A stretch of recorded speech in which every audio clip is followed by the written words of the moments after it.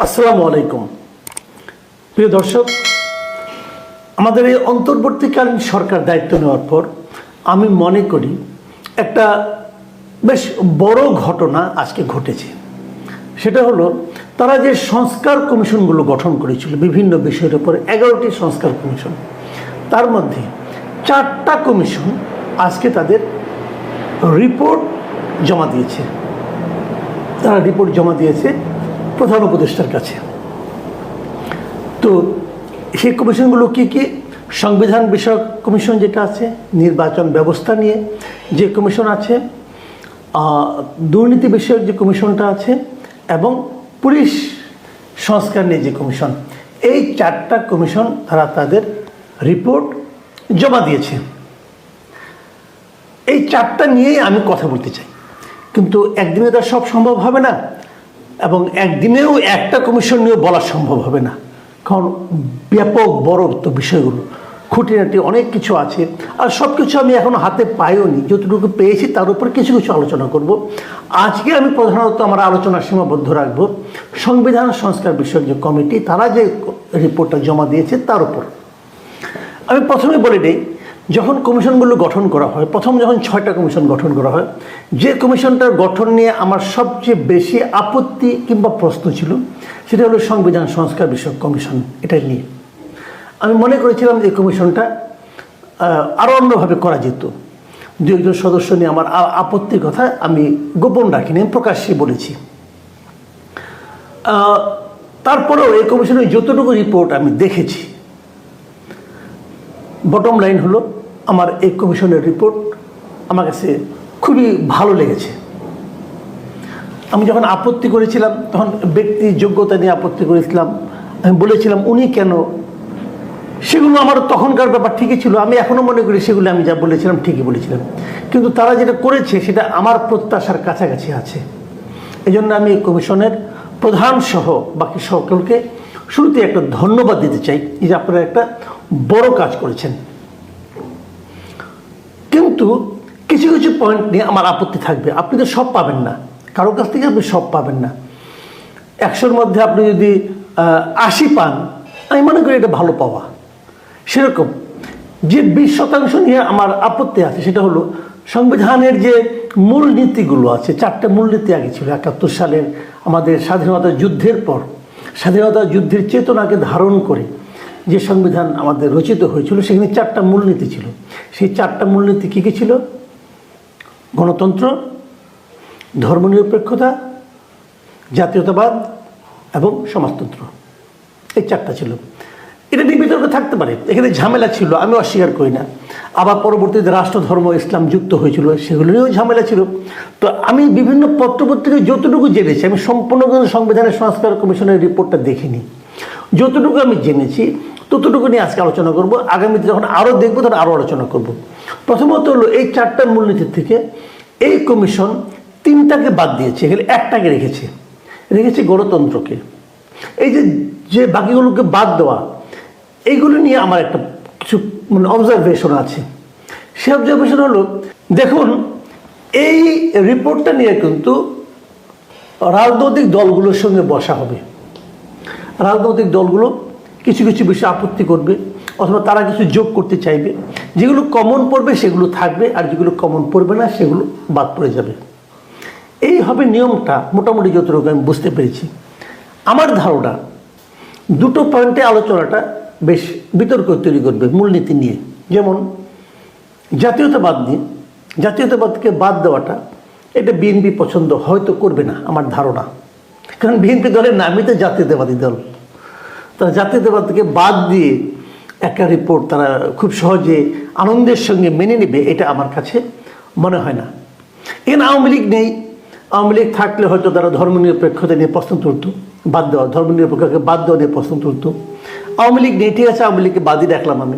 কিন্তু আরও অনেকগুলো বামপন্থী দল আছে, তারা কিন্তু ধর্মনিরপেক্ষতাকে আমাদের জাতীয় মূলনীতিতে, সংবিধানের মূলনীতিতে রাখাটা পছন্দ করবে বলে আমার মনে হয়। সেটা যখন ওরা না দেখবে তাদের আপত্তি আসবে বলেও আমার ধারণা। কিন্তু এর বিপরীতে তারা যা আনতে চেয়েছেন, সেখানে তারা 5টা মূলনীতি দিয়েছেন, 4টার জায়গায় 5টা। সেই 5টা কি? সাম্য, মানবিক মর্যাদা, সামাজিক সুবিচার, বহুত্ববাদ ও গণতন্ত্র। গণতন্ত্র আগেও ছিল, এর সঙ্গে বহুত্ববাদটা আমার পছন্দ হয়েছে।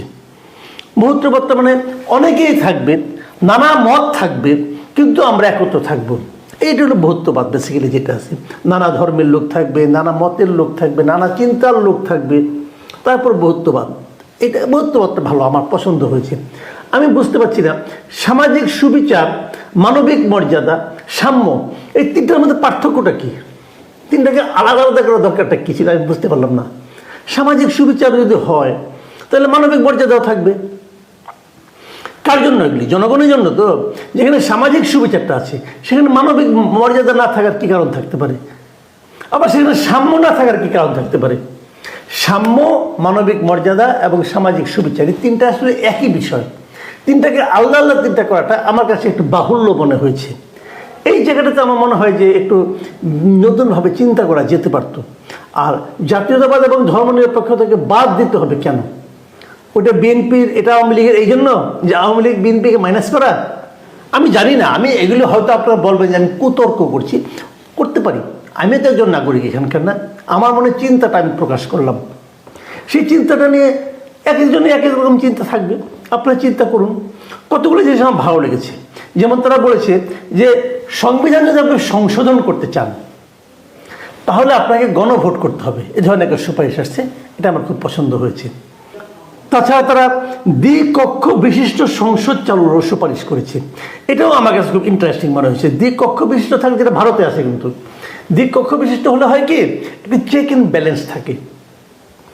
এবং উচ্চ কক্ষ যেটা করেছে, তারা নিম্ন কক্ষে বলেছে 400 জন মেম্বার থাকবে, 300 জন একক নির্বাচনী এলাকা থেকে নির্বাচিত হবে, এবং 100 জন নারী সারা দেশের সব জেলা থেকে 100টা আলাদা আলাদা নির্বাচনী এলাকা হবে, যেখানে কেবল নারীরাই প্রার্থী হবে, অন্য কোনো প্রার্থী থাকতে পারবে না।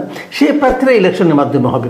এটা ভালো, আমার কাছে একদম এটা প্রত্যক্ষ নির্বাচন মনে হয়েছে, এবং এটা আমার কাছে খুবই ভালো লেগেছে। কিন্তু একটা জায়গায় যে আমার কাছে মনে হচ্ছে এটা প্রয়োজনীয় ছিল না, সেটা হলো রাজনৈতিক দলগুলো নিম্ন কক্ষে, মানে এই যে পার্লামেন্ট, যেটা মোট আসনের ন্যূনতম 10% আসনে তরুণীদের মধ্যে থেকে মনোনীত করবে। এটা আমার কাছে মানে মনে হয়েছে এটাকে জোর করে চাপিয়ে দেওয়া, অথবা ছাত্রদেরকে খুশি করার জন্য করা হয়েছে কিনা আমি জানি না। এটা অর্থহীন। তরুণীকে বয়সে তো রাখা হয়েছে যে 21 বছর হলেই কেউ নির্বাচন করতে পারবে, যে করতে চাইবে সে করবে, সমস্যাটা কি? এটা সংবিধানের মধ্যে রাখার কোনো প্রয়োজন আছে বলে আমি পার্সোনালি মনে করি না।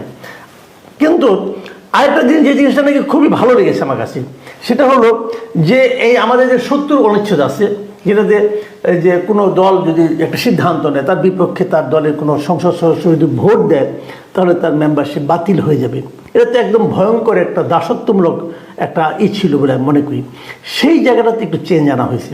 সেখানে বলা হয়েছে যে অর্থ বিল ছাড়া অন্য সকল বিলে, সকল সময় যে কোনো সংসদ সদস্য তার নিজ দলের বিরুদ্ধেও ভোট দিতে পারবে। এটা আমার কাছে খুবই পছন্দ হয়েছে।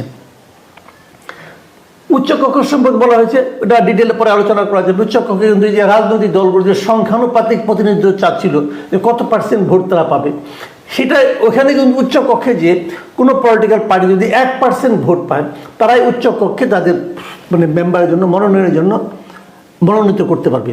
তারপরে সেটা নানা পদ্ধতিতে ভোটে পাস হবে। এটা ডিটেল পরে আলোচনা করা যাবে। বাট উচ্চকক্ষ থাকাটাকে আমি পছন্দ করেছি, এবং সংখ্যানুপাতিক পদ্ধতিতে এখানে নির্বাচন হওয়ার যে ব্যাপারটা, এটা থাকাতে যে জিনিসটা হয়েছে যে সকল দলের কিন্তু এক ধরনের প্রতিনিধিত্ব আলটিমেটলি থাকছে। রাষ্ট্রপতি নিয়েও যেভাবে রাষ্ট্রপতি নির্বাচনের যে পদ্ধতি করা হয়েছে, সেখানেও আগে যেমন প্রধানমন্ত্রী ইচ্ছাতে একজন রাষ্ট্রপতি নির্বাচিত হতো, এখন আর তা হবে না।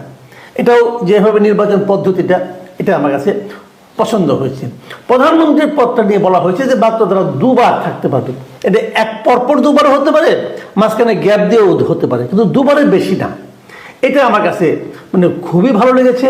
এবং আরেকটা কথা বলা হয়েছে, যিনি প্রধানমন্ত্রী থাকবেন তিনি দলীয় প্রধান থাকতে পারবেন না, এবং তিনি সংসদ নেতাও হতে পারবেন না। মানে ক্ষমতার একটা মানে ভাগ করে দেওয়া, ক্ষমতাটাকে এক কেন্দ্রে না রাখার যে প্রস্তাবগুলো এসেছে, এটাও আমার কাছে পছন্দ হয়েছে। তারপর অন্তর্বর্তী সরকার এসেছে, নতুন নির্বাচনের সময় অন্তর্বর্তী সরকার থাকবে এবং সেটা হবে অনেকটা তত্ত্বাবধায়ক সরকারের আদলে হবে। সেই ফরম্যাটগুলো ডিটেল আরও আসছে, এগুলো নিয়ে পরে হয়তো আলোচনা করা যাবে। সব মিলিয়ে আমি বলবো যে মোটামুটি আমার কাছে মানে এর চেয়ে খুব ভালো কিছু হয়ে যেত এটা আমার কাছে মনে হয় না। প্রস্তাবগুলি ভালো, একমাত্র মূলনীতি বিষয়ে কিছু জটিলতা হয়তো তৈরি হবে, বাকিগুলি নিয়ে খুব একটা অন্যান্য দলগুলো আপত্তি করবে এটা আমার কাছে খুব একটা মনে হয় না। তা আমার ধারণা সংবিধান ব্যাপারে আমরা হয়তো একটা ভালো কিছুই পেতে যাচ্ছি। আমি এই জন্য এই কমিটির সকলকে, বিশেষ করে অধ্যাপক আলী রিয়াজকে আমি ধন্যবাদ জানাতে চাই। আলী রিয়াজ ব্যক্তিগতভাবে আমার শিক্ষক, ইউনিভার্সিটিতে আমার টিচার ছিলেন। ওনার ব্যাপারে আমার শুরুর থেকে অনেক আপত্তি ছিল। স্যারকে বলবো, স্যার আমি যেটা বলেছি আমি আমার উপলব্ধি থেকে বলেছি, কিন্তু এখন যেটা পেয়েছি আপনি যেটা দিয়েছেন আপনাকে জন্য আমি ধন্যবাদ জানাচ্ছি। প্রিয় দর্শক, আমরা জানি না এটা নিয়ে রাজনৈতিক দলগুলো শেষ পর্যন্ত কি করবেন।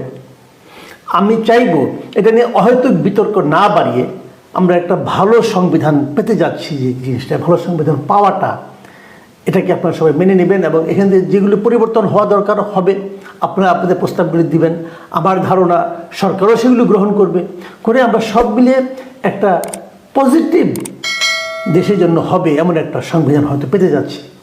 প্রিয় দর্শক, এখন এ পর্যন্তই। আগামীকাল আবার নির্বাচন ব্যবস্থা নিয়ে কথা বলবো। ভালো থাকবেন আপনারা সবাই। আল্লাহ হাফিজ।